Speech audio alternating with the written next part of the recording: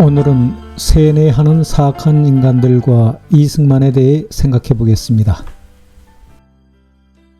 세뇌란 뇌에서 정보나 신호를 처리하는 단계에 약간의 인위적인 조작을 함으로써 그 사람의 생각, 행동, 감정을 마음먹은 대로 통제하는 행위입니다.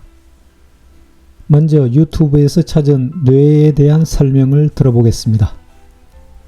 사실 우리가 본능 감정 있지 않습니까?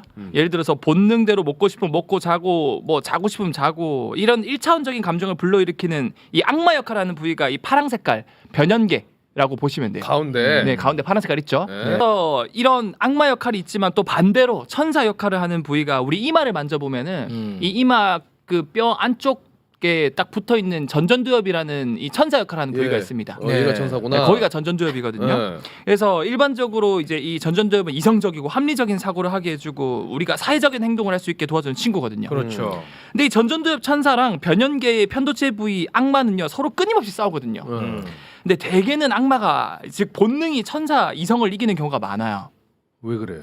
그러니까 왜 우린 항상 악마한테 질까? 왜 전전두엽은 변연계한테 질까? 왜냐하면 저 생존과 관련된 거니까. 맞아요? 그럼. 그러니까 우리 뇌는요 생존에 직결될수록 우리 몸에 더 큰 영향력을 미치는데 그럼. 그 한 우리 3일 굶었는데 수학 문제 풀리겠어요? 그리고 뭐 우리 급동 마려운데 책이 읽히겠어요? 그렇지. 그렇습니다. 안 되지. 한 일주일 밤샜는데 잠 안 자고 업무 볼 수 있겠어요? 예. 그러니까 본능을 우리가 이길 수가 없어요. 이길 수가 없어요. 이기면 죽는 거야. 이기면 죽는 거예요. 어. 참 안타까운 점이 이 전전두엽 천사 역할을 하는 부위는 오로지 이성적인 합리적인 판단만 한다는 거예요. 네. 즉 강경파예요, 강경파. 그러니까 중도가 없어요, 중도가. 그러니까 이 변연계 특히 편도체의 본능 입장을 절대 생각을 안 해줘요. 입장 생각을 안 해줘요. 그러니까 이 원만한 합의가 안 이루어지는 거예요. 근데 정말 다행히도 이 전전두엽 천사 부위랑 그다음에 변연계 사이에 이 중재안 중재자 역할을 하는 중개사가 있어. 좀 유도리 역할을 하는 녀석이 있습니다. 제가 사진을 준비했는데 네. 이 부위는 우리 눈알 바로 뒤쪽에 있다 그래서 안화골절 들어보셨죠? 안화골절. 그래서 눈 뒤에 있다 그래서 안화 전두 피질이라 그러는데 네. 영어로는 이제 오비터 프론트 콜텍스라 그래서 OFC라 그래요.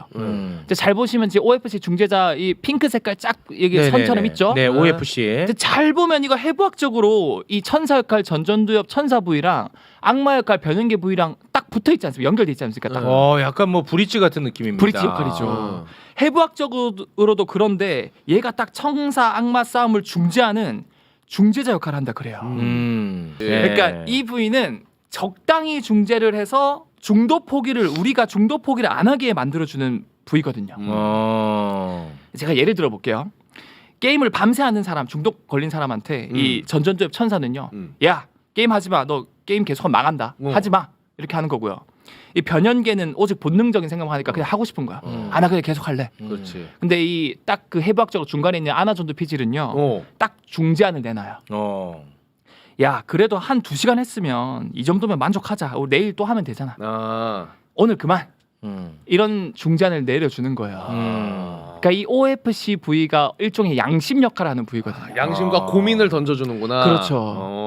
적당히 끊어내는 역할을 하는 부위가 이 아나존드 피질이다. 그러니까 얘만 잘 컨트롤하면 우리가 인생이 바뀔 수 있다. 컨트롤이 돼요? 그러니까. 컨트롤 가능해요. 어떻게 해야 돼? 근데 그 전에 얘가 얼만큼 중요한 역할을 하는지 재밌는 사례가 하나 있는데 실제로 이 부위가 양심 역할을 하다 보니까 이 부위가 발달 안 된 사람은 노양심이겠죠. 그렇죠. 실제로 많은 사례를 보면은 이 부위가 없거나 발달이 활성화 잘 안 된 사람은 사이코패스적인 성향을 많이 보인대요. 그 더 신기한 사례가 있는데 이 19세기에 이 미국의 피니어스 게이지라는 사람이 있었는데 이 사람이 굉장히 온순하고 근면 성실하고 인내심이 많은 사람이었어요.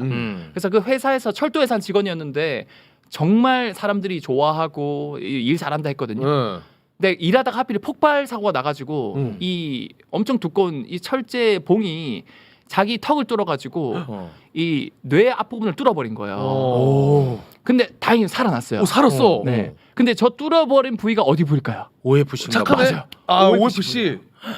어떻게 됐어? 그래서? 중재자가 없어진 거야. 중재자가 없어졌어요. 그러니까 얘가 너무 신기한 게 이 사람이 살아났는데 살아난 다음 회복한 다음에 이분이 성격이 완전 바뀌어버린 거예요. 와, 본능으로 가는구나. 감정 기복이 심해지고 특히 특이사항이 끈기나 시간을 요구하는 일에 대한 효율이 엄청나게 떨어졌다는 거예요. 신기하네. 그러니까 이 중재자 역할을 하는 OFC가 파기되니까 그냥 본능대로 악마가 계속 이겨버리는 거죠. 야, 신기해.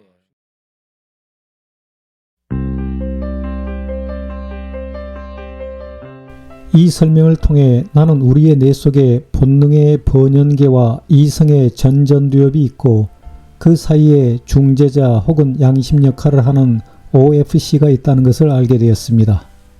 그리고 양심이 역할을 하지 못하는 학살자, 독재자 같은 인간들은 본능이 그들의 뇌를 지배한다는 것도 알았습니다.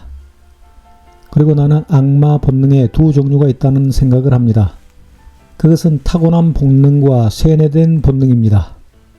타고난 본능은 누구나 잘 알고 있는 것이니 패스하고, 쇠뇌된 본능은 가령 십자가를 밟거나 석고 성모상을 더럽히면 죽일 듯 화를 내는 인간, 또는 김정일 사진이 비해졌는 것을 보고 울부짖는 북한 여성들과 같이 치밀하게 학습된 본능입니다. 빨갱이라는 비속어로 치밀하게 학습하여 만들어진 본능도 쇠뇌된 본능입니다.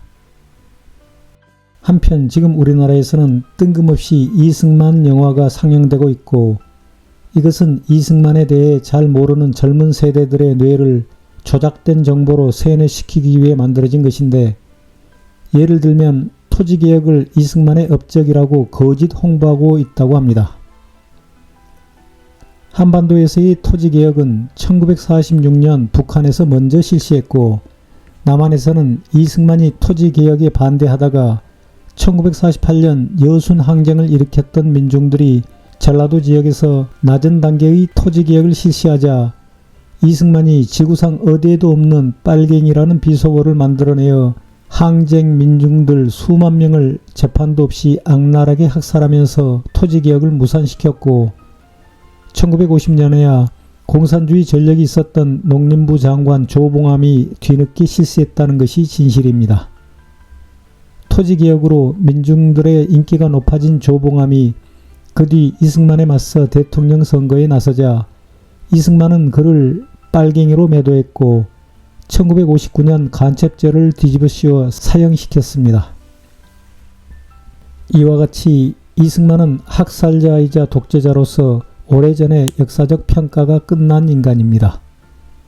그럼에도 불구하고 권력 맛에 중독되어 뇌 속의 본능과 이성 사이에서 중재자 역할을 하는 OFC가 파괴되어 버린 것 같은 검사 독재 정권이 들어서자 이승만 따위의 쓰레기를 영화로 만들어 건국 영웅이라며 국민들을 쇠뇌시키려 하고 있습니다. 하지만 70%에 끼어있는 국민들은 속지 않고 쇠뇌되지도 않습니다.